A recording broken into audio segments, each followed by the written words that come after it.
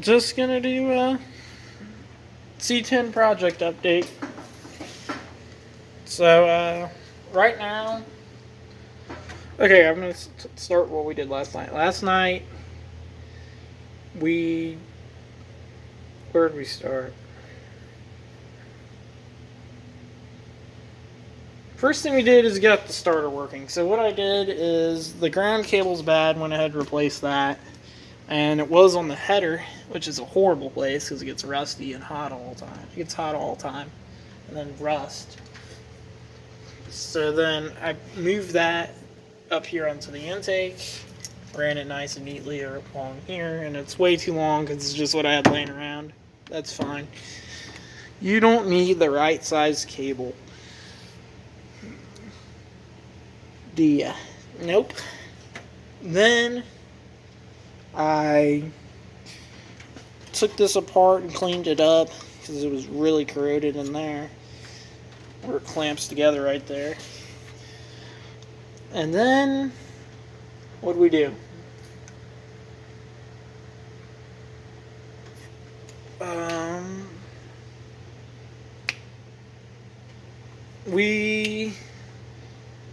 I got down below under the truck and I reshimmed the starter again. It's not the first time. Hopefully it's the last. So that's done. I just took one shim out. So it's got one shim in it now. It had two. So now, right now the starter works. We'll see how long it'll last. Before I would reshim it and then it would last a couple starts and then it won't work again. So I'm hoping this time we're good to go. And I cleaned all the cables and reshimmed it again. Hopefully I got it right this time. Then what we did is, as you can see, the timing cover's off. We thought the cam was out of time, so we took the cover off. Right now is at top dead center. And if you can tell, the marks right there are lined up. It's like dead on. So it's at top dead center right now, so it's like dead on. So we know our cam is in fact in time now. So now I figured why I'm here, why I got the water pump off and the timing cover off and everything. I'm just gonna go ahead and paint the front of the block while I'm in here. So we're doing that. I went ahead and sprayed it down brake clean to get all the grease off, and I wiped it down with a towel, and then I hit it with the cheek poker here, wire wheeled the whole front of the block, cleaned up the gasket surface, and now I'm going to paint the block next. And then I'm going to put the timing chain cover back on. After that, I'm going to paint the water pump, put it back on, and I'm going to put the whole front assembly back on, the alternators and all that. And then we're going to put the whole front of the engine back together. Then we're going to chase down what we believe to be the problem now. Is I think the distributor could be out of time. So I'm going to pull the distributor out with it on top dead center and reinstall it, I think, the correct way. So I know it's done right. Just redo it all. And then go from there. Basically, then do your basic tuning, redo the timing, and your basic tuning, basically.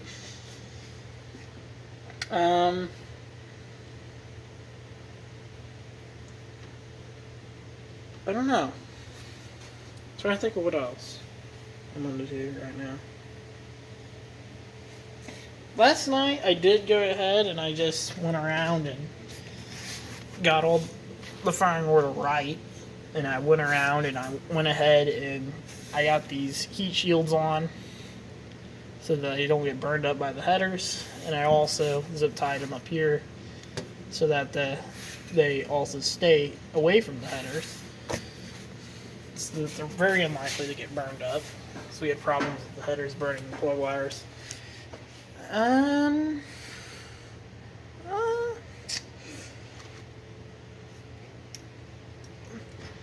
This Holly, I don't know if I would keep it on here. Came off another car, and it was giving us trouble on that car. But then we fixed it, and now that car was giving us trouble again. So I took the one off this and put it on that to see if it would fix the problem. And I never really started the car after that because I haven't worked on it since. So we'll get back on that Pontiac and see if it runs better with the other carburetor. But this carburetor, I don't know if it's good or not. It may or may not stay. If it does stay, I'll either convert the carburetor to the manual choke, or I'll wire up the electric choke to the truck. Because I have everything to convert this to a manual choke, which this truck already has. Here's the cable for it. I think that's about it. I went ahead and I neatly zip tied all the AC hoses up along the inner fender here so that it looks like they go somewhere instead of just dangling around in the headers and get burned up. I'm gonna neatly zip tie these two heater hoses together, probably like I did the cable here. It will run over here to the water pump just like that. It'll look just like that. And I think that's about it. Put a new water neck on because the other one was corroded and was leaking all over the place because it was just it corroded a hole in the top of it. I'd never seen it before in my life. I have it somewhere. I'll show it to you sometime. Let me think.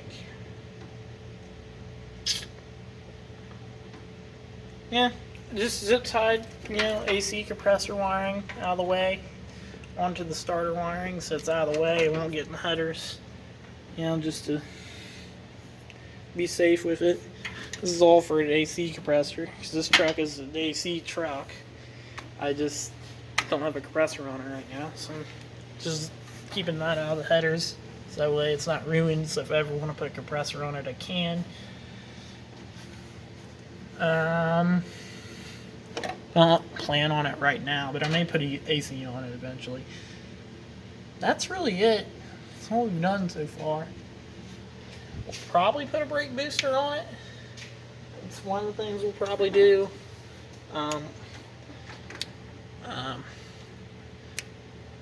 We did last year, I think it was, we put a new Turbo 350 in it from Summit. So that's good to go. Original was a 3 on the tree originally, has the original steering column in it. But obviously in here, it's been since removed. See, this steering wheel has no hole even. It's all been removed. But this is different. This is different. The steering shaft is original. The column is not. That's what I meant to say. It's got I believe it's on the floor steering column because they had trucks with it on the floor too. This was the manual on the floor steering column. And of course, this is 3 on the tree, so here's the clutch. It's just flopping around now. It did have a 4-speed in it at one time on the floor. That's what that hole's from. And there's just some sheet metal screwed over. But I'm not going to worry about that. Look at that floppy clutch. The brakes are good for now. That's why I push on it and pops the line. The rubber lines look pretty crappy. Although, the other lines I may not replace, because look at this. Look at these lines. Oh, rust-free. Oh. That's a good thing about Texas cars. Rust-free brake lines. I'll just replace the rubber ones, because they're probably going to pop if I don't. But, that's about it. We are running an electric fan. I'll probably leave it because it's working. As long as it's working, I see no reason to change it. We're talking about switching it to fuel injection. We'll see about that. I may do it because I can tune this. I can tune this engine for the cam and on a carburetor. I'm just not the best at it. so it won't be absolutely perfect. I'm going to be honest, the computer with the fuel injection can tune this engine better than me. It just can. It's better than me. It can get it perfect, spot on. Not too rich, not too lean. Get the perfect gas mileage, perfect amount of power. It can do it all. It can even control my timing if I get the one that controls timing. So I'm kind of thinking about doing that. And it's not because I don't like carburetors. I really do, but I've just never been the best at them. So as far as I'm good with fixing and doing stock engines with tune-ups and stuff, fixing carburetors, rebuilding them, and putting them back on, and tuning them up for stock engines and street use. But when it comes to hot rodding with carburetors, I'm not the best. I can do stock engines, but when it comes to these hot rods, it's a little harder. You got to know more of what you're doing. You got to be better at tuning by ear, and I just never really. It's not that I don't want to do it. I don't want to know. I was never taught to tune it by ear with the cam and all. I was never taught to do that. Just never was taught. It's not my fault. I just was never taught how to do that. Someday I'll probably learn and do it on other cars. But this one, I kind of am thinking about doing the fuel injection too. Because I want to drive it a lot. A lot. And it would be nice because it won't vapor lock. It'll start right up in the winter. If I drive it in the winter. Which I probably won't. But it'll start right up in cold weather. It won't vapor lock. Which, I love carbureted cars. There's one right there. And I love that car. Drives really good. Just rebuilt the carburetor on it. Runs like a top. But I just think when it comes to high performance, I can get more power and performance out of this engine with a fuel injection system than I ever could this carburetor, because I just don't have the ear for it like some guys do. I don't have the ear. I'm just not good at tuning cams by ear like some people are. Some people will, and then there's other guys that don't know anything too, that take it to the dyno, throw down a few $100 and just let the professionals dial in. Well, I don't have money to throw away like that all the time, because you realize it's going to change. If I drive to California, it's going to run differently than it runs here. So that's the other thing with the carburetor. With the fuel injection, it'll all change all that automatically. Whereas that, you gotta change jets and stuff at different altitude levels to get it to run the best it can. This is the reason I might run fuel injection, is I want to do power tour possibly with this at some point, maybe drag week, stuff like that. It's a small block 350. Supposedly, Elbrock claims with these heads and the right cam, the right setup, performer RPMs on the 350, you can make 410 horse. I don't know about that. We may see if that's true. I don't know yet if we're going to go for all-out power or if we're going to go more for a street cruiser. I think I'm going for like a street cruiser that I can take to the track and do decent for what it is, but not be extremely fast, but it'll be good for what it is. Anyways, I better get back to work so this thing gets done, which is why I'm doing project updates, because it's harder to do it when you're working on it and get shit done at the same time. It's just easier to get shit done when you're not holding a camera, which I'm horrible at holding. I apologize. So, I think that's about it. It does have an MSD box on it. That'll probably stay, because if I do stay carbureted, this will allow me to put a rev limiter on it, which I might stay carbureted. If I do, I can put a rev limiter on it still. I can put it on it through the fuel injection system, but if I don't have a fuel injection system, that's going to be a problem. So what would I have to do to switch to the fuel injection? Well, I'd have to get rid of the mechanical pump and go to the electric. I just have to go to the electric fuel pump. Easy. For this truck, I'm probably get one that drops in the tank. If I can't get one that goes in the tank, I'll just get it in line one, no big deal. And I would have to switch to electric fuel pump, put a bung in the exhaust for an O2 sensor, run a little bit of wiring, and then put the throttle body on, and fire off. That's it. It's not terribly hard. I mean, if I get one with an external computer, I'll have to mount that somewhere and run wiring for that, but that won't be hard either. Or I could get the one with the internal computer inside of the throttle body, which is probably what I'll do, which you just plop on from like Tech or Holly or something.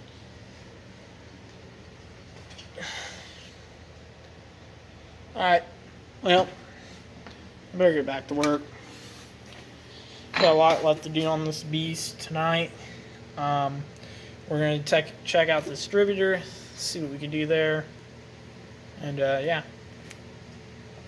So if you want to see more on this beater, on this machine, on any of these machines, even that one, that International over there, you can see more on that too. You know what to do. There's a bell down there. You hit that, you get notifications and stuff. I don't know how it works. Maybe there's some science behind it. I don't know. I think it's just magic or witchery or something. But you just hit that bell down there, and you hit all notifications, and you'll get notifications on any of these piles. Even this. So, yeah. And the window, don't worry about it. It's not broken. I just need to put it back in. It came off the track, so I'm going to put it back in. No big deal. We'll get that done. The paint, it's faded out completely, as you can tell. It's junk. I've just slapped some random paint on it so it won't rust in the rusty spots. Because what I'm going to do is I'm going to sand it all down. I'm just going to sand the whole truck down. I may sandblast it, probably not. I'm probably just going to sand it down. And then we're going to reshoot it. So we're going to do a budget paint job and try to make it look really damn good. So I'll probably do something on that. We're going to try to do a budget paint job that looks really damn good. I'm going to shoot it red so I don't have to change the door jambs. I can just touch them up and fix the rust spots. So I'm going to do red so I can just fix the rust spots. And I don't have to change the interior color. It's already red. So that's the other reason I'm doing red. It'll already all match. And the seat's mint, and I don't have to change that either. Which I probably won't anyway if I did change the color. But, because I kind of like the red seat. It's kind of nice. It's got the diamond stitch. It's plush. So, yep. We'll do that. And, yep. And, again, this is more of a budget thing. This is not going to be $100,000 show car. It's not going to be $100,000 truck when it's done. Nowhere near it. We're going to spend as little as possible to get this thing restored and back on the road. So, this has been in the family since the 80s. I don't know the exact year, but the mid-80s. It's been in the family since probably the mid-80s. Mid to early 80s. I'd say mid-80s. 84, 85 or something. Somewhere in there. So, yep. And that's when it was originally done, is in the 80s. And we got some period stuff going on. 80s and 90s stuff like that.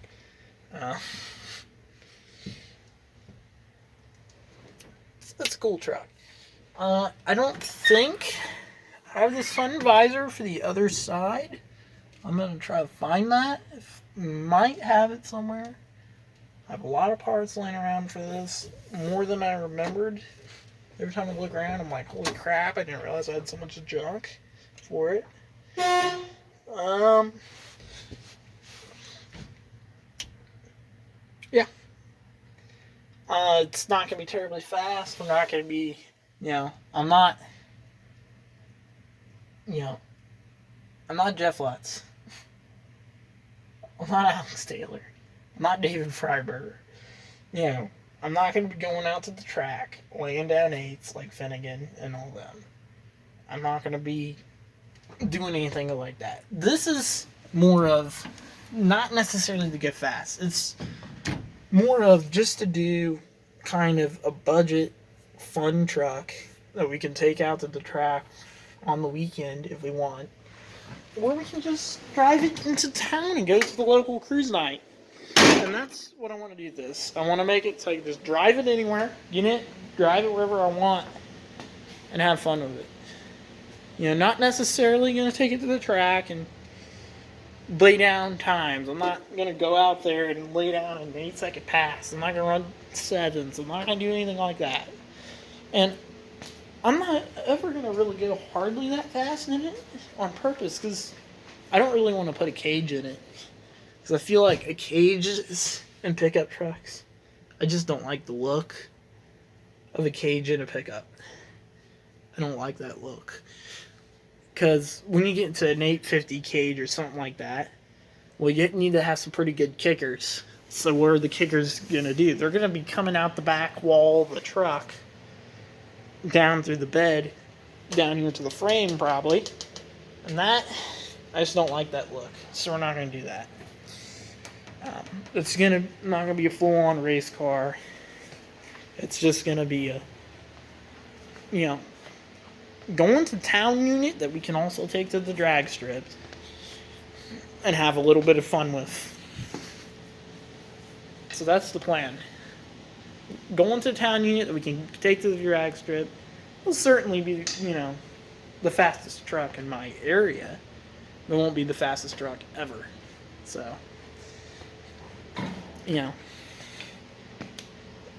anyways, basically, it's not a drag truck. It's going to be a street truck that I can drive anywhere I want and also take to the drag strip. That's my plan.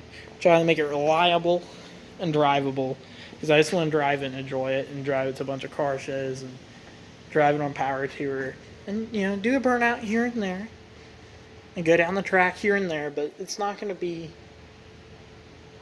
only for racing. It's mostly going to be for street use and just cruising around. But every now and then, there will be tire smoke made, and there will be a little bit of drag racing, but there won't be much. I'll take it to the track every now and then, but not a lot. So, that's it. I'm done saying shit now. I'm gonna get back to work. A lot of shit to do. And this isn't the only one. I got that one. Probably 8 others. I don't even know how many we got at this point. I lost track at like 5. I know that we got a lot more than that going on. So, I'm going to get back to work on the old c10 here. Get back on the road and enjoy it. Oh, also, get out to your garage. Get your junk back on the road. Don't let it sit in the garage. Go buy a transmission from a swap meet. Go get an engine from your buddy's house that's laying in the weeds. Do whatever you gotta do. Just get it on the road and enjoy it. Don't worry about if it's the prettiest thing on earth. Look at this. Am I painting this? People ask all the time, are you gonna paint it? No. It's done. The body work is already done. I did the body work I'm gonna do. I'm done. I'm just going to drive it and enjoy it, pile my friends in it, go on Power Tour, and enjoy it. You'll probably see this on Power Tour. I don't know yet. If it breaks between now and then, probably not. If I don't get fixed. Alright. I'm done wasting your time. You know what to do. There's buttons down below. You can hit them, or you cannot. But I'm going to bring another project updates on this truck I'm probably going to do a bunch of project updates. So I'm just trying to get shit done. I don't have anyone to film for me right now. I might be able to get someone to do it in the near future. I don't know. I'm going to try. So that you can see me work on it a little bit. But right now, I need someone to hold the camera to do that. I just can't work on it one-handed. I'd never get anything done. So, I'm trying to get the damn thing done and on the road so I can enjoy it. You should get out to the garage and do the same thing to whatever you got. I don't care if it's a Prius. I don't care if it's a freaking Prius or if it's a 55 Chevy Gasser or if it's a Volkswagen Bug. You know, get out your junk and do stuff. You know what to do if you want to do it.